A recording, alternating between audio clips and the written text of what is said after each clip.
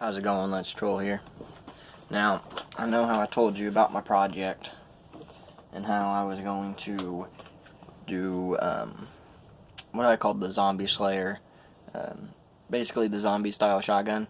Well, I did a lot of recording on it, but none of the recording will upload to YouTube. So I'm hoping this one will. I'm hoping.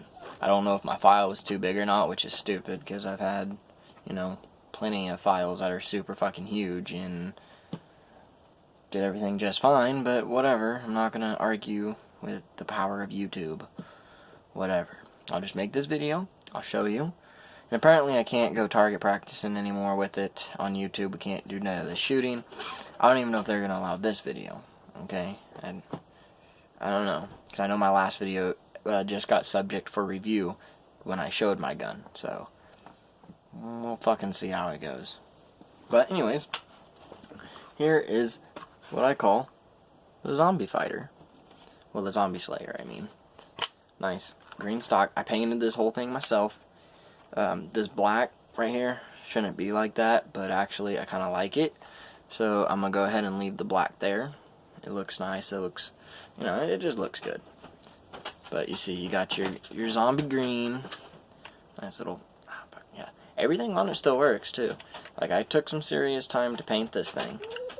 Cookie, that's enough, girl. My dog don't want to be in here.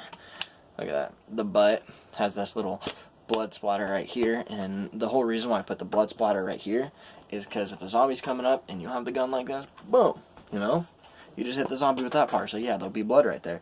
That'd be why the blood splatter you see is going inward this way, it's not really being splattered through this way, it's coming through this way, and then as you get up here, it's just sprinkle splatter, and right here, it's coming down like this, because, up close range, and you boom, like that. And then we got the blood splatter on the barrel, which would be typical, and it's all going this way, because if you like this, and boom, all the blood splatter is going to go down like that, and then you got all the blood here, right here basically, if your hands just got bloody, why it looks more bloody here, your hands got bloody, you're going to be, grabbing onto this thing, moving it left and right, looking for position, and yes, there's not really much blood here, just because, there's not going to be. I need to finish some touch-up work on the paint to this side, but yeah, I took this whole gun apart and painted it. But, here, just let me show you. Uh-oh, I think the paint dry. Oops. Get my pliers here. Because there we go, I had to break that paint. I've been letting the paint cure, so I need to oil the whole entire gun after it cured and dried. As you can see, I've painted the entire gun back from original color. Let's pop that off real quick. Of course, there's going to be no blood in there, but yeah, I painted the whole inside green. And, there's blood splatter here and stuff just from, like, if blood, dripped down. So we got that part off. Go ahead and break our barrel down.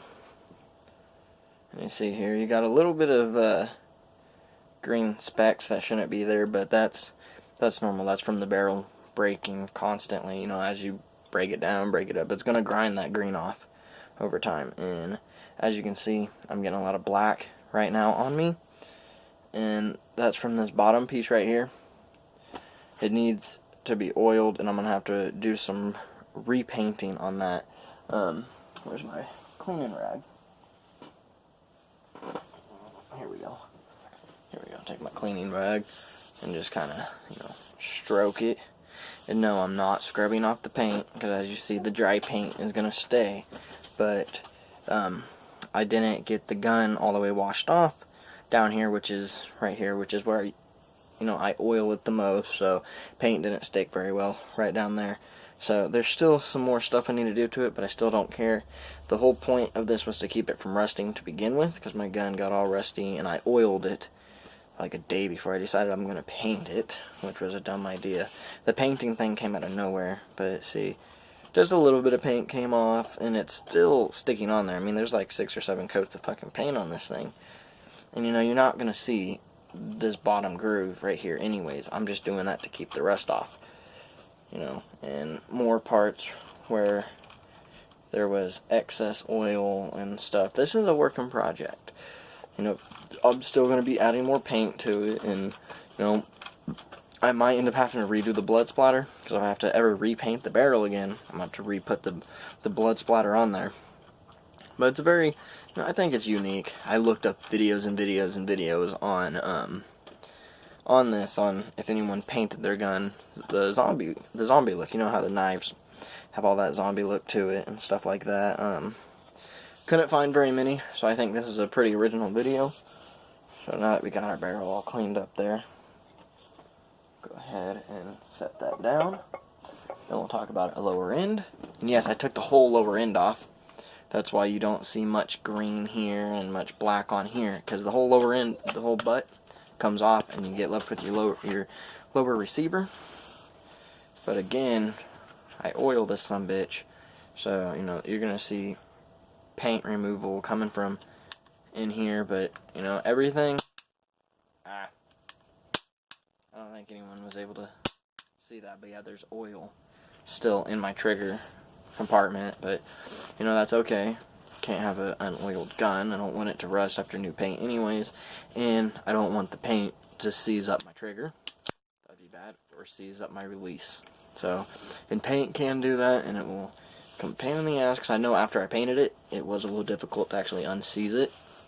Took a lot of oiling, but the whole lower end here is perfect. My red blood splatter paint ain't coming off. The green back here ain't coming off, you know, the blood splat, nothing. The only parts that are coming off are where the oil was, because, you know, oil, the paint's not going to stick to the oil. That's just plain as day. So, once I let it dry up a little bit more, take it back apart and respray. Just this piece right here is the only piece that really needs resprayed, is my low receiver. And then, I don't know, I might fix the black here, because the original color was black, and I accidentally, when I was doing it, I dropped it, picked it up, scraped the new paint off. But actually, when it scraped that new paint off, I think it looks pretty dang dope. Just kind of mixes the color in. And how I did this was very, very carefully. This is all hand painted. Right here, I hand painted my shotgun. I didn't use spray cans or nothing like that. I hand painted. You know, it took me, I don't know, 4 or 5 hours just to get my initial hand-painted design that I wanted for it. And then after that, it was pretty much set in stone, just adding coats from there and coats from there and coats from there. But, you know, I'm a big gun lover. This is my very first gun that I've ever bought myself.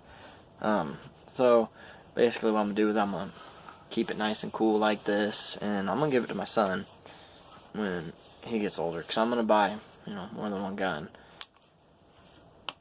This ain't going to be my only gun that I buy. I plan to get a couple pistols and everything, but, you know, everything works on it. It's running great. Cookie, please calm down, girl. Having a little butt attack, I guess. There we go. There we are. But, yeah, the whole entire, this piece. Oh, the paint had it a little sticky there.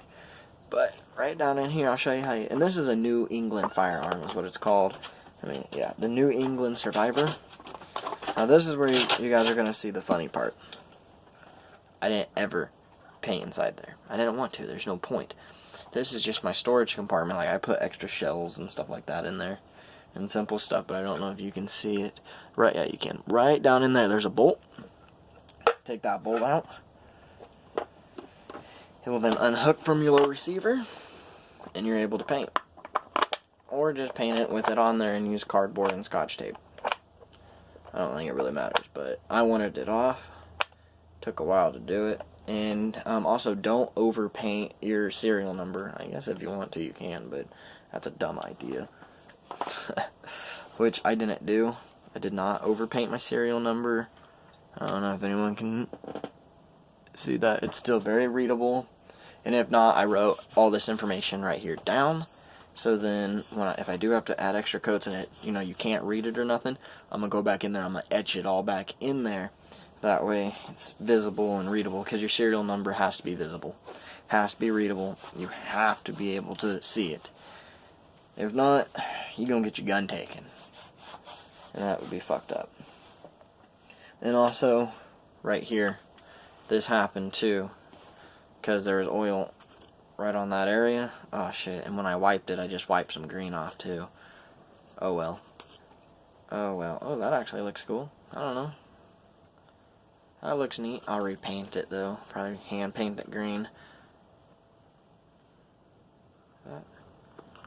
Is all that coming off? All my green paint's coming off underneath here, isn't it? No. Just right there. Okay. Yeah. Yeah. Okay, well that's cool. Now let's reassemble it. And everybody should know how to assemble and reassemble. Come on, bitch. What the fuck? They're done. Just like that. Oh, there it is. Then it comes in there. Slam it. I mean, you can't be too easy with these sons of bitches, you know what I'm saying?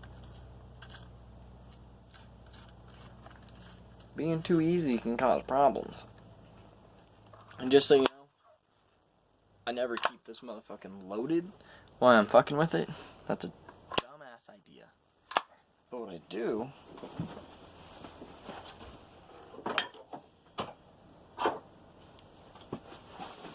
which I'm not going to load it, but I shoot 12 gauge slugs out of it. That's what I mainly shoot out of this thing.